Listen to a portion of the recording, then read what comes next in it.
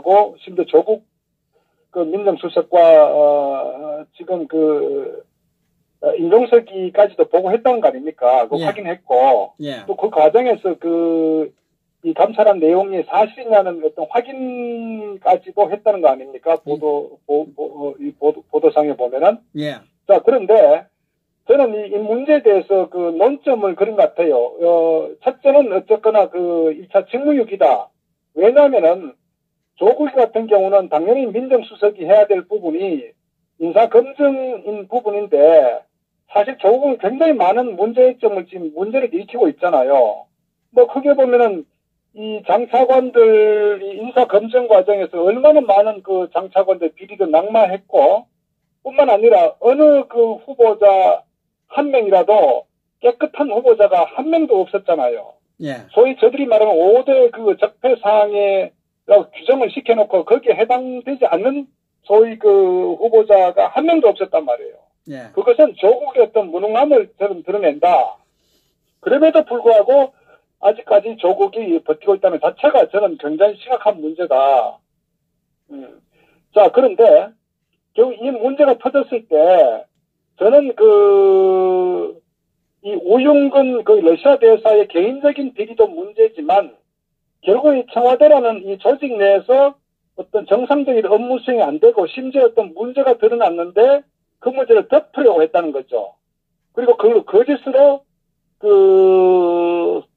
자신들을 또 어떤 보호하고 방어하고 저 이런 문제가 심각하다. 결국 이 청와대라는 것은 어떤 국정을 컨트롤하는 컨트롤 타워인데 저들 스스로가 내부의 어떤 조직의 어떤 그런 작동이 제대로 되지 않고 일종의 뭐 비리를 서로 이제 숨기려고 하는 저는 그런 부분이 굉장히 심각하다. 그런 상태에서 어떻게 내각을 컨트롤하고 또 거기에 대한 어떤 사법부나 검찰이나 예하 기관을 통솔을 할 자격이 있느냐 저는 그렇게 판단하고요. 이거는 직무유기뿐만 아니라 국기문란이고 국정농단이다 이렇게 봅니다. 왜? 이게 이제 정상적으로 지금 이 상황이 또 심각한 것 중에 하나가 지금 이 사건이 불거지면서 지금 우윤근 러시아 대사가 뭐라고 했습니까? 자기는 어쨌거나 비리에 연루되지 않았다, 깨끗하다고 했잖아요. 그리고 그런 내용을 임종석 비서실장에게 자기 내용을 밝혔다. 이렇게 전달했다고 했잖아요. 그런데 임종석이는 뭐라고 했습니까? 이런 우윤근 비리 사건에 대해서 감찰관으로부터 받은 적이 없다. 소위 말해서 조국 민정수석으로부터 이 내용을 보고받지 않았다. 이런 얘기를 했거든요. 그런데 우윤근이는 임종석이한테 자기는 깨끗하다. 이런 어떤 허위다. 이런 식으로 이제 임종석이 얘기했다고 했기 때문에 둘 중 하나는 거짓말 아닙니까? 그러니까 지금 또 하는 얘기가 뭐냐. 민정수석 라인이 아니라 다른 소위 말해서 비선이든 다른 채널을 통해서 그런 임종석이가 보고를 받았다는 이런 논리거든요. 자, 그렇다면 이게 뭐냐면은 당연히 우윤근 러시아 대사 같은 경우는 인선에 관련돼서는 민정수석 소관이란 말이에요. 민정수석 소관이기 때문에 민정수석에서 이 비서실장에게 보고를 해야 되는데 그럼 임종석이는 보고를 받지 않았다고 했기 때문에 그럼 이거는 무슨 얘기냐면 소위 말해서 이 청와대 내의 어떤 시스템 자체가 저들 얘기대로 한다 손 치더라도 이 청와대에서 시스템 자체가 전혀 작동되지 않고 있다. 소위 말해서 이런 어떤 자기들이 해야 될 어떤 법률적인 또는 어떤 직무에 있어서 이거는 굉장히 어떤 일종의 문란인과 동시에 저는 국정농단이다 확대해 보면은 그리고 과연 이 사실 자체가 또 문재인에게 보고는 했느냐? 보고를 안 했다면 그것도 심각한 문제라고요. 그렇기 때문에 저는 이들이 현재 벌이고 있는 이 상황은 출발부터가 어떤 비리 집단 아니냐. 결국 어떤 정권의 어떤 집권 정당성 자체도 무너진 어떤 일종의 비리 집단이고 부정부패 집단이 이 집권을 잡았기 때문에 그 이후에도 지금 벌어지고 있는 모든 부분들이 대한민국의 법치 부분이 완전히 무너지는 저들 스스로가 일종의 범죄 집단의 다름 아니다. 저는 그렇게 봅니다. 하도 많으니까 보고받은지 안 받은지 모르겠죠, 뭐. 그러니까 이들은 뭐냐면요. 기본적으로 머릿속에 인식이 뭐냐면은 법치나 어떤 절차, 정당성, 어떤 민주주의 이런 개념 자체가 없는 거예요. 저들은 오직 머릿속에서 목적을 위해서 수단, 방법 가리지 않는 소위 사회주의적 사고, 북한에도 그런 거예요. 북한의 공산주의 집단이 목적을 위해서 숨 쉬는 것 빼고는 전부 다 모든 걸 거짓을 정당화하는 게 이 공산주의 집단이라고요. 그러니까 현재 종북 주사파 집단의 어떤 기본적인 그 인식 자체도 자기들이 이루기 위해서는 모든 수단 방법 가리지 않는 그게 완전 몸에 배어 있단 말이에요.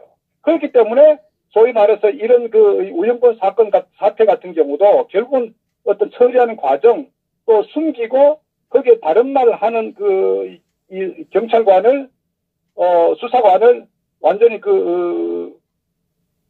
해제시켜버리는 직무에서 완전 배제시켜버리는 결국은 자기들의 마음에 들지 않으면은 어떤 모든 문제를 그냥 덮어버리고 그러니까 이 자체가 사실 법치가 작동하지 않는다. 그러니까 이 청와대 소위 이제 이런 집단들이 법치가 되지 않는 상태이기 때문에 바로 그것이 현재 아마 민정수석에서는 어떤 사법부나 이 검찰도 컨트롤하면서 현재 벌어지고 있는 대한민국의 모든 어떤 비정상적 행위가 이루어지고 있다는 거예요.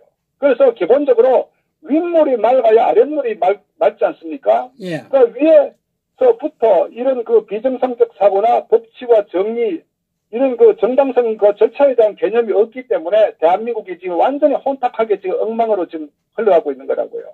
그래서 이 사건을 보면서 저는 기본적으로 국정농단이 다름이 아니고 바로 이것이 국정농단이다. 저는 그렇게 봅니다. 그래서 제가 또 사실 이제 원래 이 집단들은 원래 그런 거예요. 왜? 출발부터 그랬기 때문에. 앞으로도 그럴 겁니다. 자, 그런데 그럼 여기에 대해서 지금 현재 국민들과 이 야당은 어떻게 대처를 해야 되느냐. 저는 사실 또 한심한 것이 야당의 대응 행태도 문제가 심각하다. 저는 그렇게 봅니다.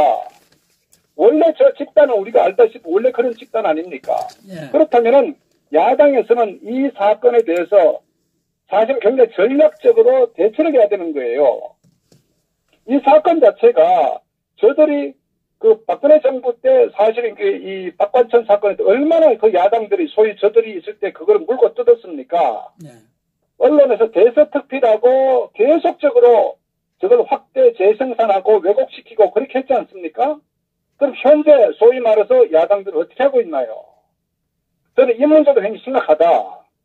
이 문제를 끝까지 물고 들어가 가지고 결국은 이 정권을 완전히 몰락시키는데 전 상당히 전략적 접근해야 된다. 저는 그렇게 보거든요. 그런데 지금 현재 보면은 저들의 어떤 밥그릇 싸움에만 상당히 열중하지 않느냐. 그러니까 야당이 있어도 야당이 없다. 제대로 된. 그러니까 현재 우리가 믿을 대안은 애국 국민들, 태극기 국민들밖에 없다. 저는 그렇게 보는 거예요. 맞습니다. 예. 현재 나라를 지키는 게 정말 현재 저는 이 사건, 현재 이 대처하는 또 어떤 이 소위 이 여권에서 어떤 반응 보이는 거 정말 내로남불 아닙니까? 예. 뿐만 아니라 야당이라고 하는 소위 무늬만 야당인 이 세력들조차도 보면은 결국은 자기들의 밥그릇 싸움에 급급한 정말 어떤 국정이나 국민은 안중에도 없는 이게 지금 현재 대한민국의 정치 현실이다. 그래서 저는 이런 모습을 보면서 이번에 정치 세력 교체가 돼야 된다. 저는 그렇게 봅니다. 그러니까 여당도 야당도 국민을 위한 세력은 하나도 없다. 오직 저는 태극기 애국 국민들이 나라를 지키는 현재 마지막 보루다. 저는 그렇게 지금 판단하고 있기 때문에 이번 이 사태를 보면서 어쨌거나 우리가 하나 인식해야 될 게 기존 정치권을 세력 교체를 우리가 해야 된다. 저는 그걸 좀 주장하고 싶습니다. 아, 예. 감사합니다. 네, 감사합니다.